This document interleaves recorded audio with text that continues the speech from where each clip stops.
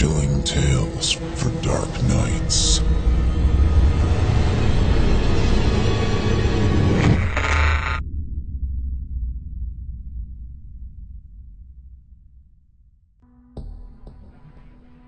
Good evening. For your enjoyment, we'd like to bring you this spine-chilling tale of terror from my personal collection.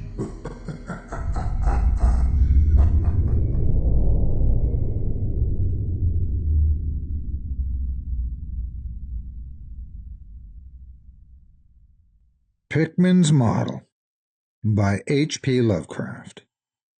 Narrated by Otis Gyrie. You needn't think I'm crazy, Elliot.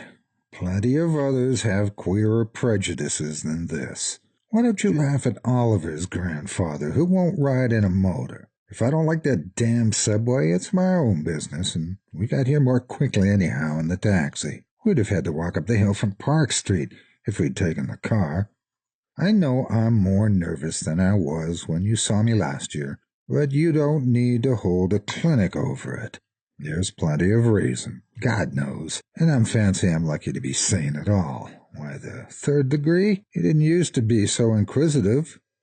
Well, if you must hear it, I don't know why you shouldn't. Maybe you ought to anyhow, for you kept writing me like a grieved parent when you heard I'd begun to cut the art club and keep away from Pickman. Now that he's disappeared, I go around to the club once in a while, but my nerves aren't what they were. No, I don't know what become of Pickman, and I don't like to guess. You might have surmised I had some inside information when I dropped him, and that's why I don't want to think where he's gone. Let the police find what they can. It won't be much, judging from the fact that they don't know yet of the old North End place he'd hired under the name of Peters. I'm not sure that I would find it again myself, not that I'd ever try, even in broad daylight. Yes, I do know, or am afraid I know, why he maintained it. I'm coming to that. And I think you'll understand, before I'm through, why I don't tell the police. They would ask me to guide them, but I couldn't go back there even if I knew the way. There was something there. And now I can't use the subway, or, as you may well have your laugh at this too, go down into cellars anymore.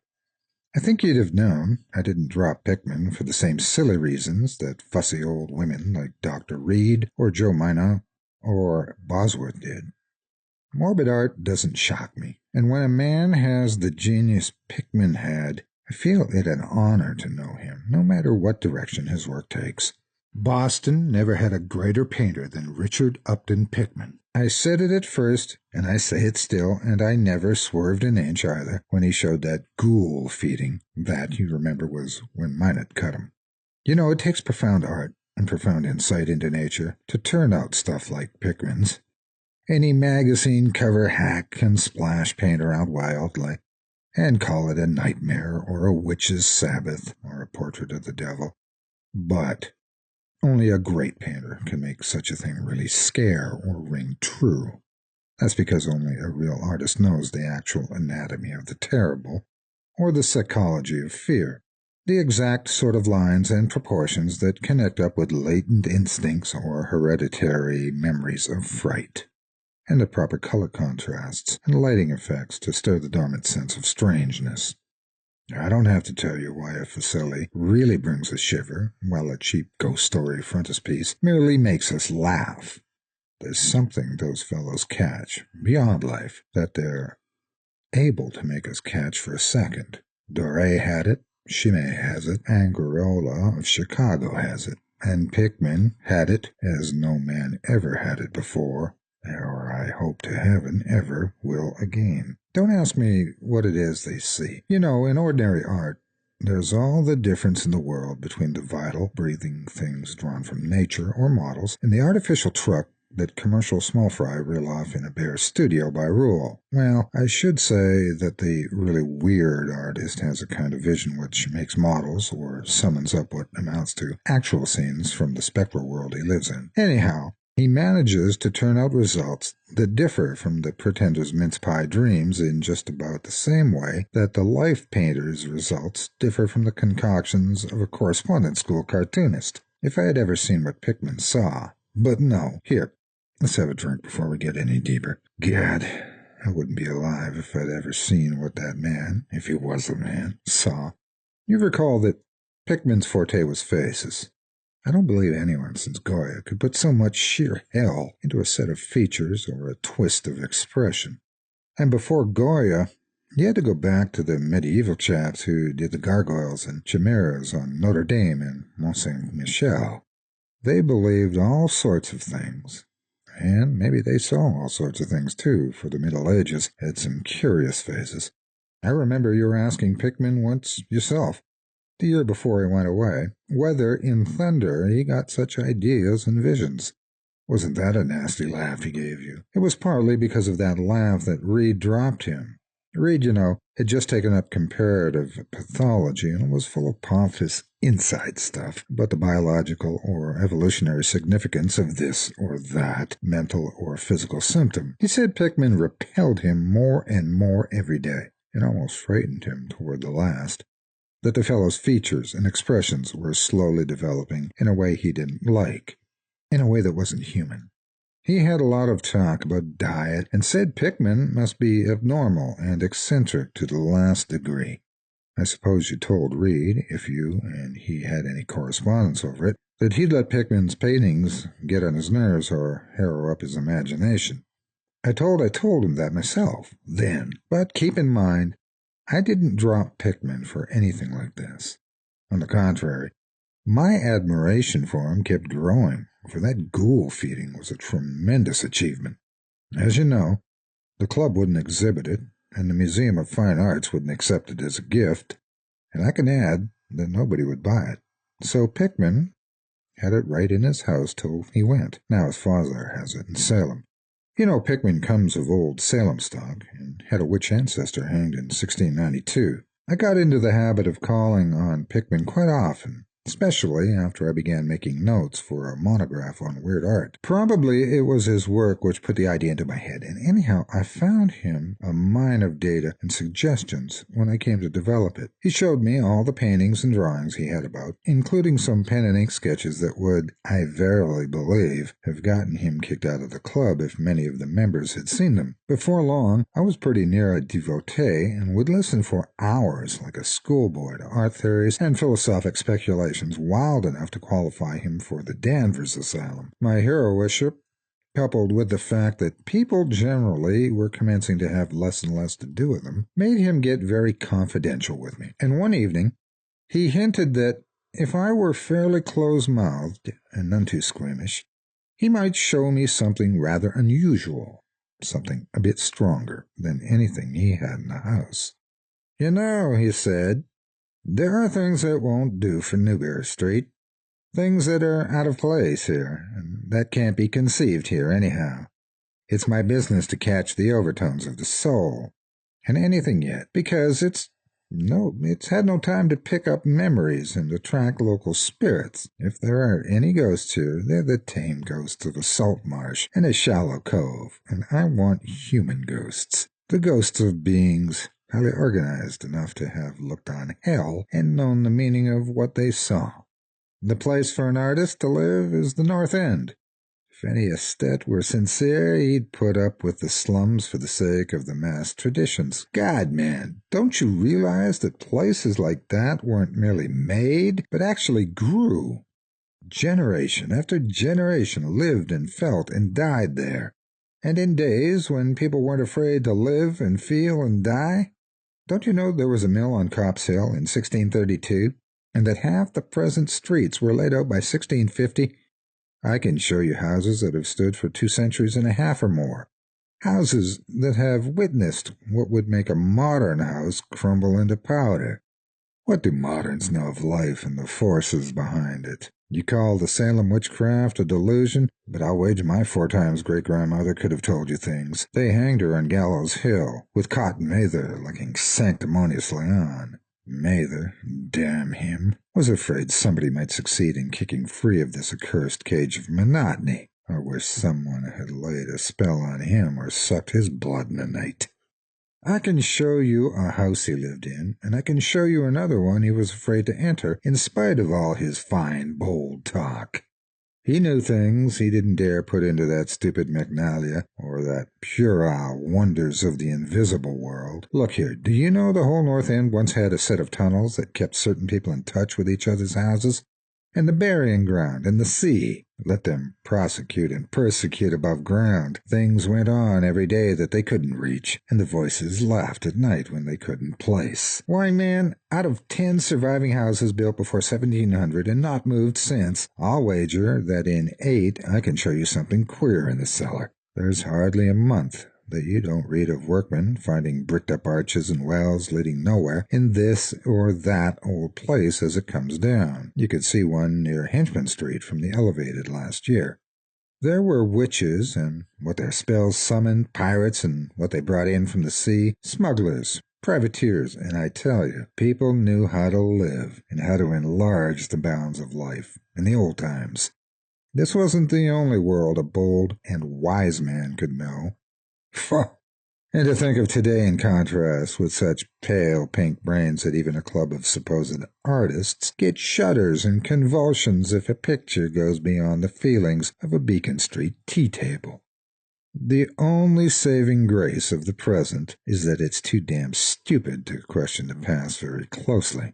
What do maps and records and guidebooks really tell of the North End? Blah! At a guess, I'll guarantee to lead you to 30 or 40 alleys and networks of alleys north of Prince Street that aren't suspected by 10 living beings outside of the foreigners that swarm them. And what do those Dagos know of their meaning? No, Thurber. These ancient places are dreaming gorgeously and overflowing with wonder and terror and escapes from the commonplace. And yet, there's not a living soul to understand or profit by them. Or rather, there's only one living soul, for I haven't been digging around in the past for nothing. See here, you're interested in this sort of thing.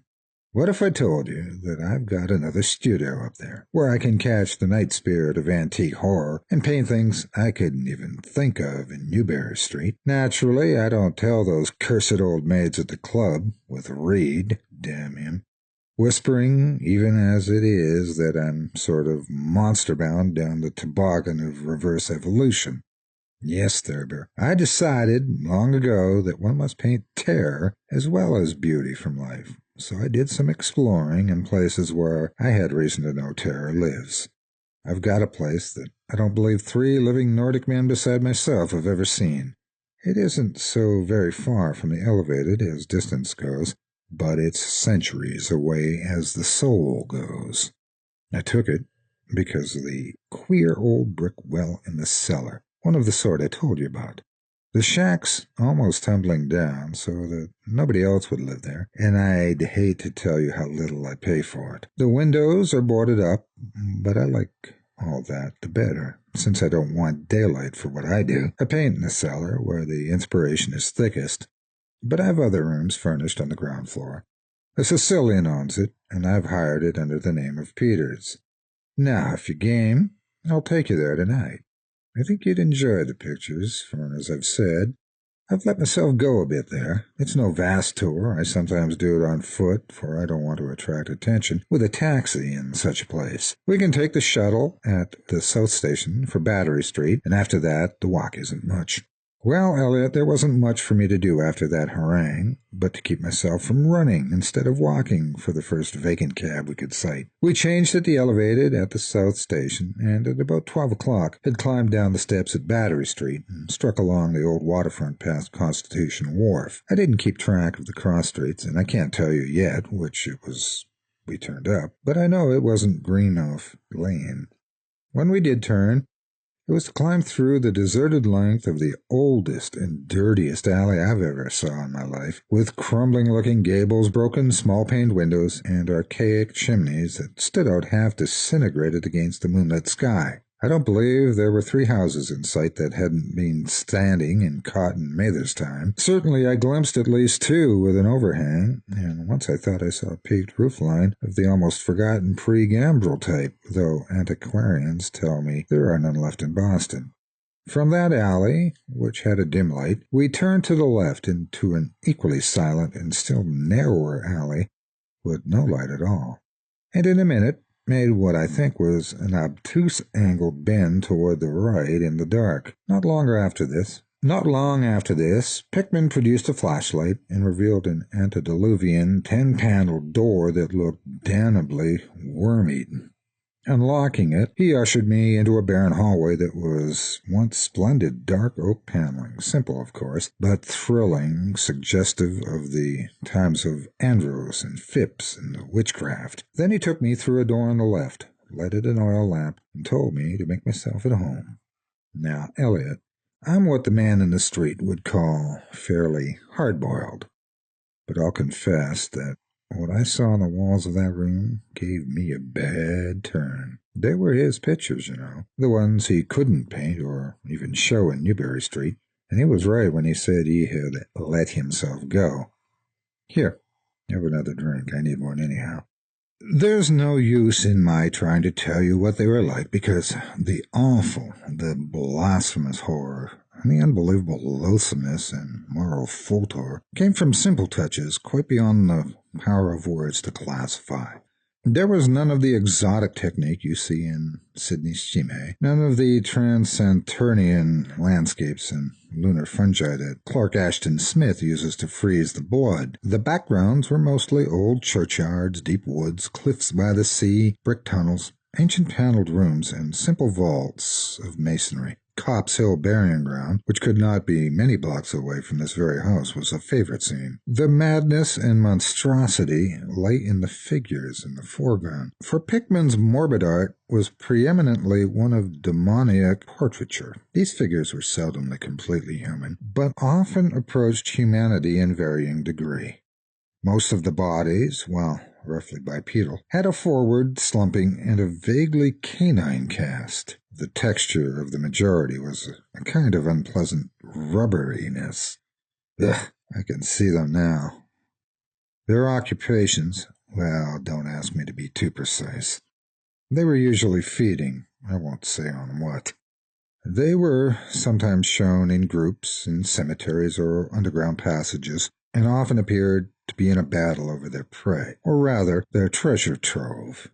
And what damnable expressiveness Pickman sometimes gave the sightless faces on this carnal booty. Occasionally the things were shown leaping through open windows at night, or squatting on the chests of sleepers, worrying at their throats. One canvas showed a ring of them baying about a hanged witch on Gallows Hill, whose dead face held a close kinship to theirs. But don't get the idea that it was all this hideous business of theme and setting which struck me faint. I'm not a 3-year-old kid, and I'd seen much like this before. It was the faces, Elliot, those accursed faces that leered and slavered out of the canvas with the very breath of life. By God, man, I verily believe they were alive. That nauseous wizard had waked the fires of hell in pigment, and his brush had been a nightmare-spawning wand. Give me that decanter, Elliot. There was one thing called the lesson. Heaven pity me that I ever saw it. Listen, can you fancy a squatting circle of nameless dog-like things in a churchyard teaching a small child how to feed like themselves? The price for a changeling, I suppose? You know the old myth about how the weird people leave their spawn in cradles in exchange for the human babes they steal. Pickman was showing what happens to those stolen babies, how they grow up, and then I began to see a hideous relationship in the faces of the human and non-human figures. He was, in all his gradations of morbidity, between the frankly non-human and the degradingly human, establishing a sardonic linkage and evolution. The dog things were developed from mortals. And no sooner had I wondered what he made of their own young, as left with mankind in the form of changelings, that my eye caught a picture embodying that very thought. It was that of an ancient Puritan interior, a heavily beamed room with latticed windows, a settle and clumsy 17th-century furniture, with the family sitting about while father read from the scriptures. Every face but one showed nobility and reverence, but that one reflected the mockery of the pit. It was that of a young man in years, and no doubt belonged to a supposed son of that pious father, but in essence it was the kin of the unclean things. It was their changeling, and in a spirit of supreme irony, Pickman had given the features a very perceptible resemblance to his own. By this time, Pickman had lighted a lamp in an adjoining room and was politely holding open the door for me, asking me if I would care to see his modern studies. I hadn't been able to give him much of my opinions. I was too speechless with fright and loathing. But I think he fully understood and felt highly complimented. And now I want to assure you again, Elliot, that I'm no mollycoddle to scream at anything which shows a bit of departure from the usual. I'm middle-aged and decently sophisticated, and I guess you saw enough of me in France to know I'm not easily knocked out. Remember, too, that I'd just about recovered my wind and gotten used to those frightful pictures which turned colonial New England into a kind of annex of hell. Well, in spite of all this, that next room forced a real scream out of me, and I had to clutch at the doorway to keep from keeling over. The other chamber had shown a pack of ghouls and witches overturning the world of our forefathers, but this one brought the horror right into our own daily life. Gad, how that man could paint! There was a study called Subway Accident, in which a flock of the vile things were clambering up from some unknown catacomb through a crack in the floor of the Boylston Street subway and attacking a crowd of people at the platform. Another showed a dance on Copp's Hill among the tombs with the background of today. Then there were any number of cellar views, with monsters creeping in through holes and rifts in the masonry and grinning as they squatted behind barrels or furnaces and waited for their first victim to descend the stairs. One disgusting canvas seemed to depict a vast cross-section of Beacon Hill, with ant-like armies of the mephitic monsters squeezing themselves through burrows that honeycombed the ground. Dances in the modern cemeteries were freely pictured, and another conception somehow shocked me more than all the rest, a scene in an unknown vault where scores of the beast crowded about one who held a well-known Boston guidebook and was evidently reading aloud. All were pointing to a certain passage, and every face seemed so distorted with epileptic and reverberant laughter that I almost thought I heard the fiendish echoes. The title of the picture was Holmes, Lowell, and Longfellow Lie Buried in Mount Auburn. As I gradually steadied myself and got readjusted to this second room of deviltry and morbidity, I began to analyze some of the points in my sickening loathing. In the first place, I said to myself, these things repelled because of the utter inhumanity and callous cruelty they showed in Pickman. The fellow must be a relentless enemy of all mankind to take such glee in the torture of brain and flesh and the degradation of the mortal tenement. In the second place, they terrified because of their very greatness. Their art was the art that convinced. When we saw the pictures we saw, the demons themselves, and were afraid of them, and the queer part was that Pickman got none of the power from the use of selectiveness or bizarrerie. Nothing was blurred, distorted, or conventionalized. Outlines were sharp and lifelike, and details were almost painfully defined. And the faces. It was not any mere artist's interpretation that we saw. It was pandemonium itself, crystal clear in stark objectivity. That was it, by heaven. The man was not a fantasicist or romanticist at all. He did not even try to give us the churning, prismatic ephemera of dreams, but coldly and sardonically reflected some stable, mechanistic, and well-established horror world which he saw fully, brilliantly, squarely, and unfalteringly. God knows what the world can have been, or where he ever glimpsed the blasphemous shapes that loped and trotted and crawled through it, but whatever the baffling source of his images, one thing was plain. Pickman was, in every sense, in conception and in execution, a thorough, painstaking, and almost scientific realist.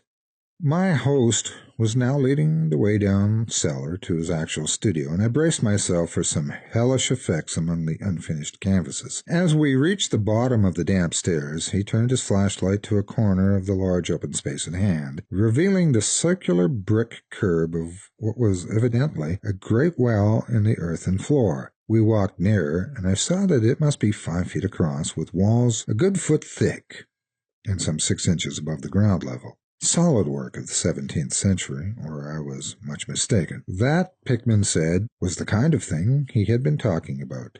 An aperture of the network of tunnels that used to undermine the hill. I noticed idly that it did not seem to be bricked up, and that a heavy disk of wood formed the apparent cover. Thinking of the things this well must have been connected with, if Pickman's wild hints had not been mere rhetoric, I shivered slightly, then turned to follow him up a step and through a narrow door into a room of fair size, provided with a wooden floor and furnished as a studio. An acetylene gas outfit gave the light necessary for work. The unfinished pictures on easels or propped up against the walls were as ghastly as the finished ones upstairs, and showed the painstaking methods of the artist. Scenes were blocked out with extreme care, and pencil guidelines told of the minute exactitude which Pickman used in getting the right perspective and proportions. The man was great. I say it, even now, knowing as much as I do. A large camera on a table excited my notice, and Pickman told me that he used it in taking scenes for backgrounds, so that he might paint them from photographs in the studio, instead of carting his outfit around the town for this or that view. He thought a photograph quite as good as an actual scene or model for sustained work, and he declared he employed them regularly. There was something very disturbing about the nauseous sketches and half-finished monstrosities that leered around from every side of the room, and when Pickman suddenly unveiled a huge canvas on the side, away from the light, I could not for my life keep back a loud scream, the second I had admitted that night. It echoed and echoed through the dim vaultings of that ancient and nitrous cellar, and I had to choke back a flood of reaction that threatened to burst out as hysterical laughter. Merciful Creator! Elliot, but I don't know how much was real and how much was feverish fantasy. It doesn't seem to me that Earth can hold a dream like that. It was a colossal and nameless blasphemy with glaring red eyes, and it held in bony claws a thing that had been a man, gnawing at the head as a child nibbles at a stick of candy. Its position was a kind of crouch, and as one looked, one felt that at any moment it might drop its present prey and seek a juicier morsel. But damn it all, it wasn't even the fiendish subject that made it such an immortal fountainhead of all panic. Not that, nor the dog face with its pointed ears, bloodshot eyes, flat nose, and drilling lips. It wasn't the scaly claws, nor the mud-caked body, nor the half-hooved feet. None of these, though any one of them might well have driven an excitable man to madness. It was the technique, Elliot. The cursed, impious, the unnatural technique. As I am a living being, I never elsewhere saw the actual breath of life so fused into a canvas. The monster was there. It glared, and gnawed, and gnawed, and gnawed, and glared. And I knew that only a suspension of nature's laws could ever let a man paint a thing like that without a model, without some glimpse of the netherworld which no mortal unsold to the fiend has ever had. Pinned with a thumbtack to a vacant part of the canvas was a piece of paper now badly curled up. Probably, I thought, a photograph from which Pickman meant to paint a background as hideous as the nightmare it was to enhance. I reached out to uncurl and look at it when I suddenly saw Pickman start as if shot. He had been listening with peculiar intensity ever since my shocked scream had waked unaccustomed echoes in the dark cellar. And now he seemed struck with a fright which, though not comparable to my own, had in it more of the physical than the spiritual. He drew a revolver and motioned me to silence, then stepped out into the main cellar and closed the door behind him. I think I was paralyzed for an instant. Imitating Pickman's listening, I fancied I heard a faint scurrying sound somewhere and a series of squeals or bleats in a direction I couldn't determine. I thought of huge rats and shuddered. Then there came a subdued sort of clatter which somehow set me all in gooseflesh. A furtive, groping kind of clatter, though I can't attempt to convey what I mean in words. It was like heavy wood falling on stone or brick. Wood on brick, what did that make me think of? It came again, and louder. There was a vibration, as if the wood had fallen farther than it had fallen before. After that followed a sharp grating noise, a shouted gibberish from Pickman, and the deafening discharge of all 6 chambers of the revolver fired spectacularly as a lion tamer might fire in the air for effect. A muffled squeal or squawk, and then a thud.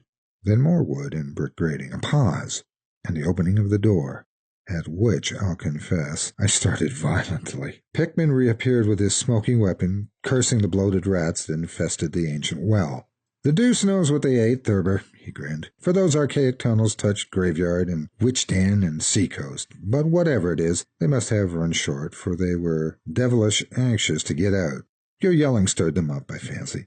Better be cautious in these old places. Our rodent friends are the one drawback, though I sometimes think they're a positive asset by way of atmosphere and color." Well, Elliot, that was the end of the night's adventure. Pickman had promised to show me the place, and heaven knows he had done it. He led me out of that tangle of alleys in another direction, it seems, for when we sighted a lamp-post, we were in a half-familiar street with monotonous rows of mingled tenement blocks and old houses. Charter Street it turned out to be, but I was too flustered to notice just where we hit it. We were too late for the elevated, and walked back downtown through Hanover Street. I remember that walk. We switched from Tremont up Beacon, and Pickman left me at a corner of Joy, where I turned off. I never spoke to him again. Why did I drop him? Don't be impatient. Wait till I ring for coffee. We've had enough of the other stuff, but I, for one, need something. No, it wasn't the paintings I saw in that place, though I swear they were enough to get him ostracized in 9/10 of the homes and clubs of Boston. And I guess you won't wonder now why I have to steer clear of subways and cellars. It was something I found in my coat the next morning. You know, the curled-up paper tacked to that frightful canvas in the cellar. The thing I thought was a photograph of some scene he meant to use as a background for that monster. That last scare had come while I was reaching to uncurl it, and it seems I had vacantly crumpled it into my pocket. But here's the coffee. Take it black, Elliot, if you're wise. Yes, that paper was the reason I dropped Pickman. Richard Upton Pickman, the greatest artist I've ever known, and the foulest being that ever leapt the bounds of life into the pits of myth and madness. Elliot, old Reed was right. He wasn't strictly human. Either he was born in strange shadow, or he'd found a way to unblock the forbidden gate. It's all the same now, for he's gone, back into the fabulous darkness he loved to haunt. Here, let's have the chandelier going. Don't ask me to explain, or even conjecture about what I burned. Don't ask me, either, what lay beyond that mole-like scrambling Pickman was so keen to pass off as rats. There are secrets, you know, which might have come down from old Salem times, and Cotton Mather tells even stranger things. You know how damned lifelike Pickman's paintings were. How we all wondered where he got those faces? Well, that paper wasn't a photograph of any background after all. What it showed was simply the monstrous being he was painting on that awful canvas. It was the model he was using, and its background was merely the wall of the studio cellar in minute detail. But by God, Elliot, it was a photograph from life.